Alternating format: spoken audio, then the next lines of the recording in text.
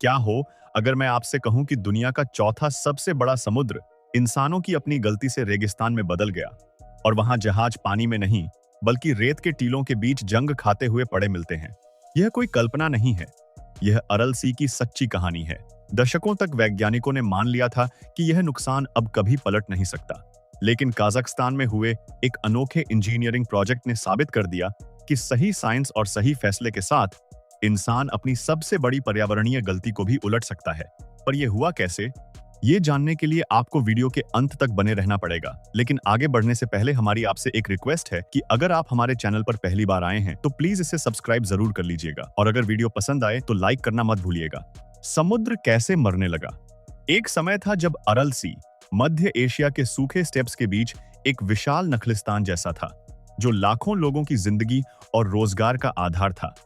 यह समुद्र इतना विशाल था कि इसे दुनिया का चौथा सबसे बड़ा अंतर्देशीय जलाशय माना जाता था और इसके किनारे बसे शहर मछली पकड़ने के उद्योग पर पूरी तरह निर्भर थे। लेकिन 20वीं सदी में बड़े पैमाने पर इंसानी दखल ने इस विशाल जलाशय को लगभग खत्म कर दिया। इसमें पानी भरने वाली दो मुख्य नदियां सियर डारिया और अमू डारिया, दोनों को बड़े पैमाने पर कपास की खेती के लिए मोड़ा गया। नतीजा यह हुआ कि जो पानी कभी इस समुद्र तक पहुंचता था वो अब खेतों में जाने लगा और समुद्र धीरे धीरे सूखने लगा। जैसे जैसे साल बीतते गए यह विशाल जलाशय सिकुड़ता गया। जहां कभी मछली पकड़ने वाली नावें चला करती थीं, वहां अब सिर्फ सूखी दरारें और रेत के टीले रह गए। जो जहाज कभी पानी में तैरते थे वो अब जमीन पर जंग खाते हुए पड़े मिलते हैं, मानो किसी मरे हुए समुद्र के गवाह हों। लोगों को अपने घर छोड़ने पड़े, फिशिंग फैक्ट्रियां बंद हो गईं और पूरा इलाका किसी भूतिया जगह में बदल गया। कई अंतर्राष्ट्रीय पर्यावरण संगठनों ने इसे 20वीं सदी की सबसे बड़ी मानव निर्मित पर्यावरणीय आपदाओं में गिना और लंबे समय तक ऐसा माना जाता रहा कि इस नुकसान को पलटना अब संभव ही नहीं है। कुछ रिपोर्टों में तो यहां तक कहा गया कि इस इलाके के आसपास रहने वाले लोगों की सेहत पर भी गहरा असर पड़ा, क्योंकि पीने के पानी में नमक और केमिकल की मात्रा लगातार बढ़ती चली गई। एक दीवार जिसने सब कुछ बदल दिया। यहीं से कहानी में एक बड़ा मोड़ आता है। कजाकिस्तान ने फैसला किया कि पूरे समुद्र को बचाना अब मुमकिन नहीं है, लेकिन उसके एक हिस्से को जरूर बचाया जा सकता है। इसके लिए 2005 में एक 13 किलोमीटर लंबा कंक्रीट का कोकराल डैम बनाया गया। यह डैम एक संकरी जलसंधि को पूरी तरह सील करने के लिए बनाया गया था, ताकि सीर डारिया नदी का मीठा पानी दक्षिणी रेगिस्तान की तरफ बहकर बर्बाद होने के बजाय उत्तरी अरल सी बेसिन में इकट्ठा हो सके। यह फैसला जितना सीधा लगता है उतना ही साहसी भी था, क्योंकि इसका मतलब था कि दक्षिणी हिस्से को पूरी तरह छोड़ दिया जाए ताकि उत्तरी हिस्से को बचाया जा सके। यह एक ऐसा फैसला था जिसमें एक हिस्से की कीमत पर दूसरे हिस्से को नई जिंदगी दी जा रही थी। यह प्रोजेक्ट वर्ल्ड बैंक की मदद से आगे बढ़ाया गया और इंजीनियरों के लिए सबसे बड़ी चुनौती यह थी कि इतनी बड़ी संरचना को इस तरह डिजाइन किया जाए कि वह पानी के भारी दबाव को झेल सके, बिना टूटे या रिसाव के। शुरुआती दिनों में एक अस्थायी बांध भी बनाया गया था, जो 2002 में तेज पानी के बहाव से टूट गया, जिसके बाद इंजीनियरों ने कहीं ज्यादा मजबूत और स्थायी संरचना बनाने का फैसला किया। इस बार डैम को इस तरह डिजाइन किया गया कि उसमें एक खास स्पिलवे यानी अतिरिक्त पानी निकासी प्रणाली भी शामिल हो, ताकि जब उत्तरी आरल सी का जलस्तर एक तय सीमा से ऊपर चला जाए तो अतिरिक्त पानी नियंत्रित तरीके से बाहर निकल सके, बिना डैम को कोई नुकसान पहुंचाए। यह छोटी सी तकनीकी बारीकी ही आगे चलकर पूरे प्रोजेक्ट की स्थिरता की सबसे बड़ी वजह बनी। नतीजे जिन्होंने वैज्ञानिकों को भी चौंका दिया। इस डैम के बनने के बाद जो हुआ उसने हाइड्रोलॉजिस्ट और बायोलॉजिस्ट दोनों की सबसे आशावादी उम्मीदों को भी पीछे छोड़ दिया। उत्तरी अरल सी में पानी का स्तर तेजी से बढ़ने लगा और सिर्फ कुछ ही सालों के भीतर यह स्तर पहले के मुकाबले कई गुना ऊपर पहुंच गया। मीठे पानी के लगातार बहाव ने उस जहरीले नमक को धीरे धीरे धोना शुरू कर दिया जो दशकों से वहां जमा होता आ रहा था। पानी की लवणता इतनी तेजी से कम हुई कि जो जगह पहले किसी भी जीव के रहने लायक नहीं मानी जाती थी, वहां कुछ ही सालों में दोबारा जलीय जीवन पनपने लगा। इस जलाशय के साफ होने से एक पूरी जटिल इकोसिस्टम खुद ब खुद फिर से जिंदा होने लगी।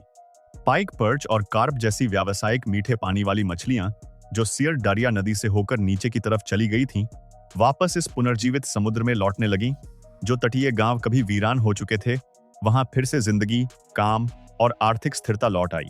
स्थानीय मछली फैक्ट्रियों में असेंबली लाइनें फिर से चलने लगीं और मछली पकड़ने का सालाना उत्पादन भी लगातार बढ़ता चला गया, जिससे हजारों परिवारों की आमदनी वापस पटरी पर आई। जो लोग कभी समुद्र के गायब हो जाने की वजह से अपने घर छोड़कर जा चुके थे, वो अब बड़ी संख्या में वापस तट की तरफ लौटने लगे ताकि एक बार फिर खुले पानी में मछली पकड़ने जा सकें। यह किसी चमत्कार से कम नहीं लग रहा था, लेकिन असल में यह सिर्फ सही इंजीनियरिंग और सही फैसले का नतीजा था।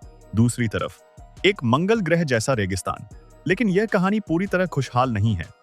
जहां उत्तरी हिस्से में जिंदगी लौट आई, वहीं इसी समुद्र का दक्षिणी हिस्सा एक बेहद कठोर मंगल ग्रह जैसे रेगिस्तान में बदल चुका है, जिसे अरलकुम कहा जाता है। अमू दारिया नदी से आने वाला पानी पूरी तरह कपास के खेतों की सिंचाई में मोड़ दिया गया है, जिसकी वजह से दक्षिणी अरल सी को बचाना अब लगभग नामुमकिन हो चुका है। सूख चुके समुद्र तल ने कुछ बेहद खतरनाक राज भी उजागर किए। वहां जहरीले नमक और खेती में इस्तेमाल हुए तेज केमिकल खादों के अवशेष जमा हैं, जिन्हें तेज हवाएं हजारों किलोमीटर दूर तक घने नमक के तूफानों के रूप में उड़ाकर ले जाती हैं।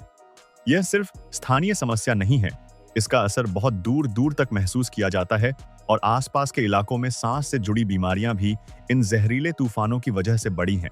इस खतरे से निपटने के लिए पर्यावरणविदों ने बड़े पैमाने पर सक्सॉल नाम के एक मजबूत पेड़ की खेती शुरू की, जिसकी ताकतवर जड़ें उड़ती हुई रेत को कसकर बांध देती हैं ताकि नमक भरे तूफान इतनी आसानी से न फैल सके। लाखों की संख्या में इन पेड़ों को लगाया जा चुका है और यह दुनिया के सबसे बड़े मानव निर्मित वनीकरण अभियानों में से एक बन चुका है। एक छुपा हुआ राज जो समुद्र सूखने से सामने आया। सूखते हुए समुद्र तल ने एक और चौंकाने वाली चीज को मुख्य भूमि से जोड़ दिया। वोजरोसडेनिया आइलैंड नाम का एक गुप्त द्वीप, जहां पिछली सदी में बंद पड़ चुकी कांटूबेक रिसर्च साइट मौजूद थी। इस जगह को लेकर सालों तक तरह तरह की कॉन्स्पिरेसी थ्योरी चलती रही, लेकिन वहां का कठोर मौसम और उसके बाद हुई अंतरराष्ट्रीय सफाई प्रक्रिया ने इस इलाके को पूरी तरह सुरक्षित बना दिया है। यह कहानी उम्मीद की मिसाल क्यों है? आज कोकरल डैम को एक बहुत बड़े प्रतीक के तौर पर देखा जाता है।